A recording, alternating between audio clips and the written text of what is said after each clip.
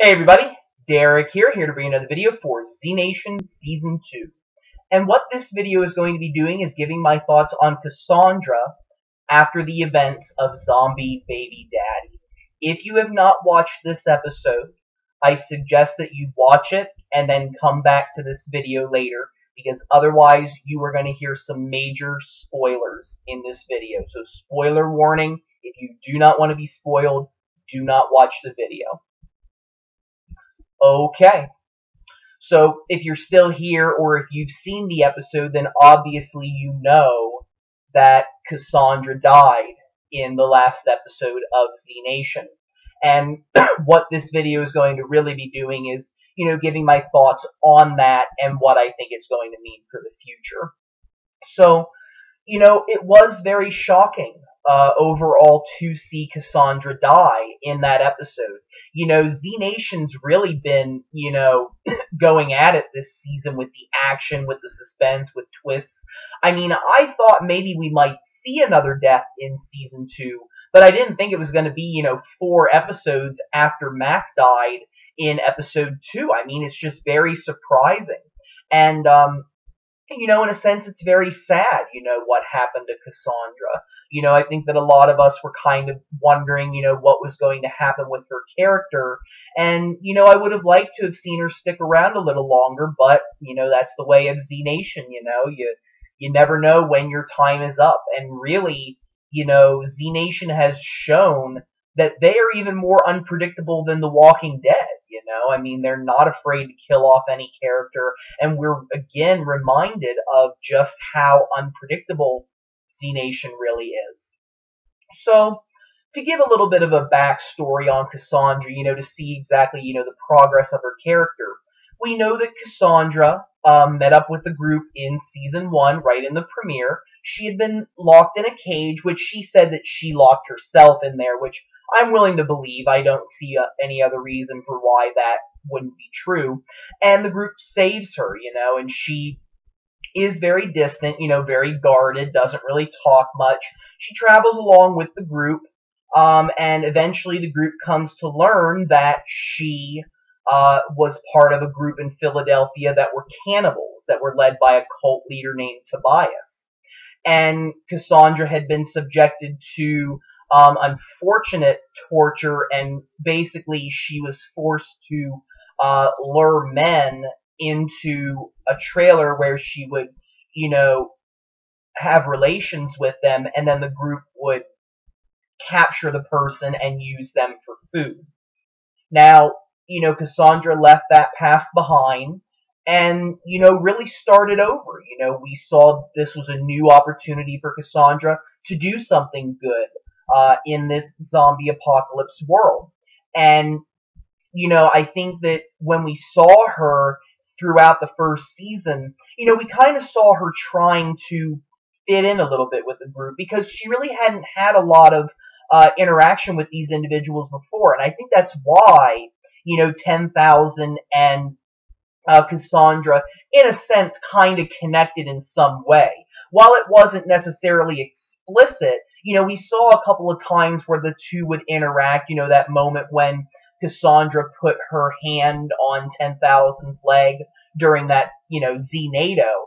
And, I think the two of them really did connect, because they didn't really have connections with the other group members. Warren, Doc, Garnett, Mac, Addie, I mean, all of them had gotten to know each other throughout the zombie apocalypse, because they were in Camp Blue Sky the whole time. And, I think that in a sense, 10,000 and Cassandra joining the group, they in a sense, even though they really knew that the group cared about them, they still were in a sense the outsiders. And you see that with, zombie apocalypse shows in general, especially with The Walking Dead. New people coming in and how it affects the group dynamic. So, Cassandra, helps the group out, but unfortunately she cuts her leg on barbed wire, and, it gets infected, and unfortunately she just gets near the end, and what we find out is that Murphy bit her on the cheek, and this, in a sense, allowed her to not completely die, and, she attacked those soldiers. The group got away.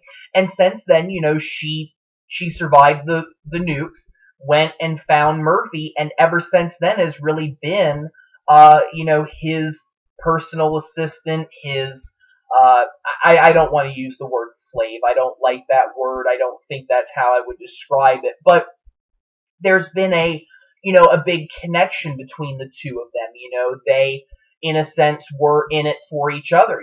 They would protect each other. They would, bond in a way that the two of them, bonded because they were in a very similar situation. Having this zombie virus / cure, whatever it is, going on within their bodies and it changing them. I mean, it really was a connection between the two of them. And, there was definitely a lot of concern about, what exactly was Cassandra? Was she a zombie? Was she human? Because she obviously wasn't like Murphy. She was able to, in a sense, form words at times, but she wasn't able to, think for herself, really, or, talk in sentences or have feelings like, we can, or like Murphy can. And looking back on that and comparing it to what has happened, so, up to this episode, Zombie Baby Daddy, I think that, in all honesty, Cassandra did die back in the season 1 finale when she, died of the infection. I think that's what happened. Especially after the events of this last episode, seeing Murphy bite that couple, on the cheek. And, we know that when Murphy bites you and his, DNA gets within you, there's, in a sense, a connection there. And it seems like he can control those people. And potentially, once that is left in them, that maybe it stays. And whatever orders, he gives those people, they're going to follow. Because that couple's now taking care of baby Lucy. Even when Murphy was gone, they still had that, oh, she's precious and she's beautiful, and, they had the bite mark. So I think that no matter what, no matter whether Murphy's standing right there or whether he's, 100 miles away, once that influence is exercised over you, I think that's it. But those people were alive when they were bitten. When it comes to Cassandra, I think that she died, and as a result of her getting that zombie, cure / whatever Murphy has, as a result of getting that, it brought her back, but it didn't bring her back as a full zombie, just a mix. And I think that was really what happened to Cassandra, because it doesn't really make sense unless that's how it happened. So I don't think that Murphy biting you cures your wounds and you turn into, a zombie / human hybrid like him if you're dying. So I think that was what happened. But because of the fact that it was injected into her, she was able to be influenced by Murphy. And in a sense, there was always this discussion about, well, was it really Cassandra or was it something else? And I think overall the conclusion that we can make is that, I think that Cassandra was still in there, but that the influence that Murphy had over her was just too strong and too powerful, and it changed her. It reminds you in a sense almost of the book Pet Sematary by Stephen King. That's in a sense almost like how I relate the two. If you're not familiar with the book, I suggest reading it. It's a very good read. And what it's about is a cemetery out in the woods where individuals used to bury their pets when they would die. And further in, there's this Native American burial ground where if you would bury the animal there, it would come back to life. But it wouldn't necessarily be the same thing as it was before. And in the book, you see the main character bury the cat that they had there after it got killed, and then their son later on, seeing what happened when you buried a human. And of course, when that happened, the child came back and was unfortunately, possessed by a demon, and, killed people in the book. But anyways, I just suggest reading it, not to digress too much. But, you see kind of the parallel there, where Cassandra came back, but she wasn't really all herself, and I think that really a lot of that was Murphy's influence over her. The fact that, she did die. So I think that her brain just in general did not work as well as it did when she was alive, and I think that that's why when Murphy would bite somebody while they're alive, it's different than if the person would be bitten, die, and then come back as a result of it. But having that different DNA mix inside of them, it brings them back into something different, I think. And that's very clear by what happened.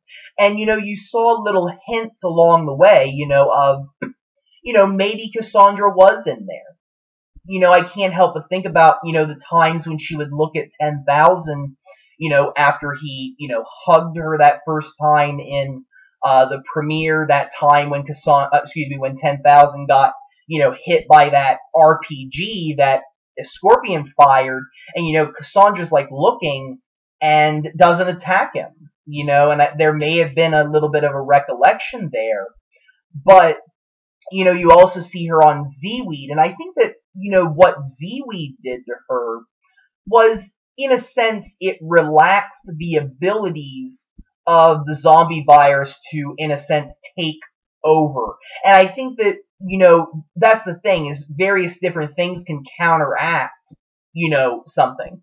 Kind of thinking about, individuals who are unfortunately addicted to substances like cocaine, heroin, meth. Sometimes what they do in order to take them off of that drug is they'll give them something like methadone that will, the way that I understand it works is that you take the methadone and you get addicted to the methadone, but it's like maybe inert, it doesn't do anything to you. Now, I'm not 100% certain, I'm not an expert, so don't quote me on this, but the parallel that I see there is you have that addictiveness in drugs that can affect your brain. Think of it that way with Murphy, the zombie virus, this control that Murphy has inside of her, that when she takes Z-Weed, it in a sense stops that process from happening, and maybe you see these little flashes of Cassandra, being able to control herself, kind of like how a person who gets off of those drugs becomes a little bit better, as a person, being able to control their own lives, I guess. I mean, I'm not judging people that do drugs, not saying you're a bad person or anything like that. It's just that you're able to think a little bit better and make better decisions when you're not, always on that mind of wanting to take heroin, take meth, take cocaine, things like that. That's what I mean when I say that. And I think that that's what happened with Cassandra, that taking the Z-Weed stopped that influence that Murphy had over her. So I think that that's what happened with the Z-Weed. But I think that overall, just seeing her, I think that the zombie part of her unfortunately affected her a lot more than her human side was able to, fight it off. It's like a losing battle with drugs. Sometimes with some people, they can overcome it, become, get off the drugs and overcome their addiction. Other people succumb to it. And again, not judging, just saying that that can happen with some people.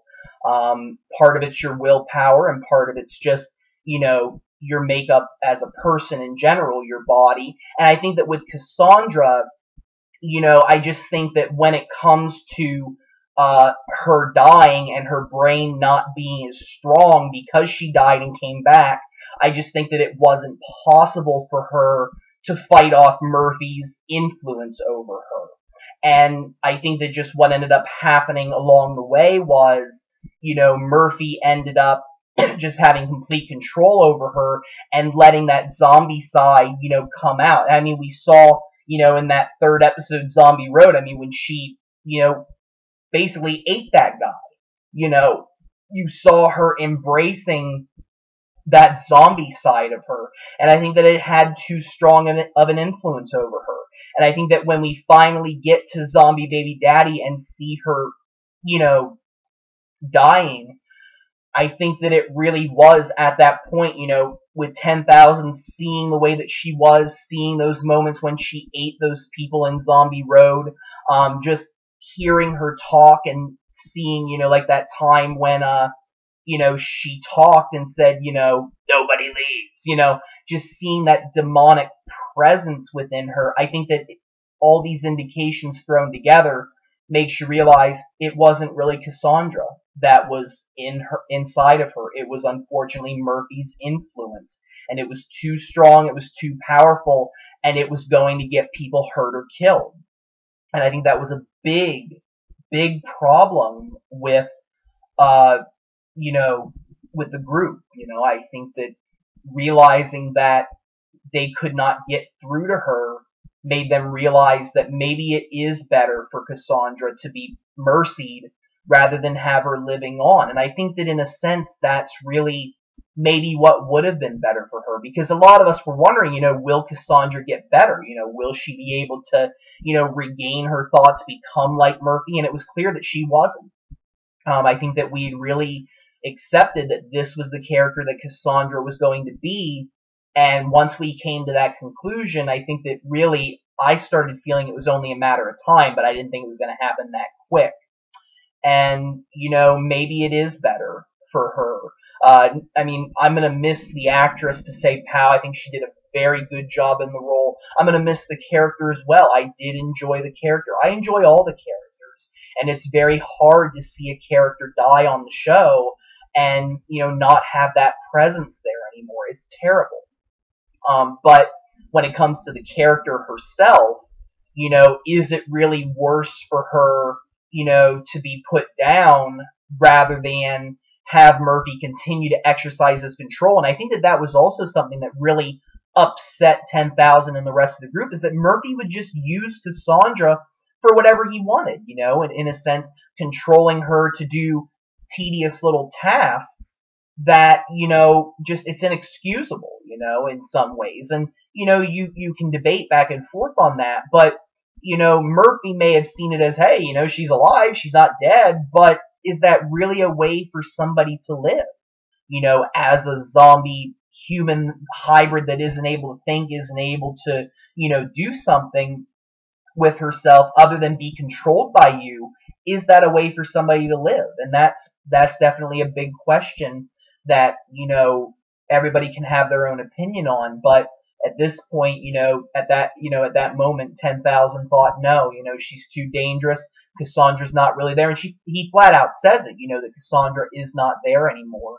And that's why I think that he was okay with doing what he did. Does it still hurt? Yes, but will he be able to deal with that as time goes on? I think he will.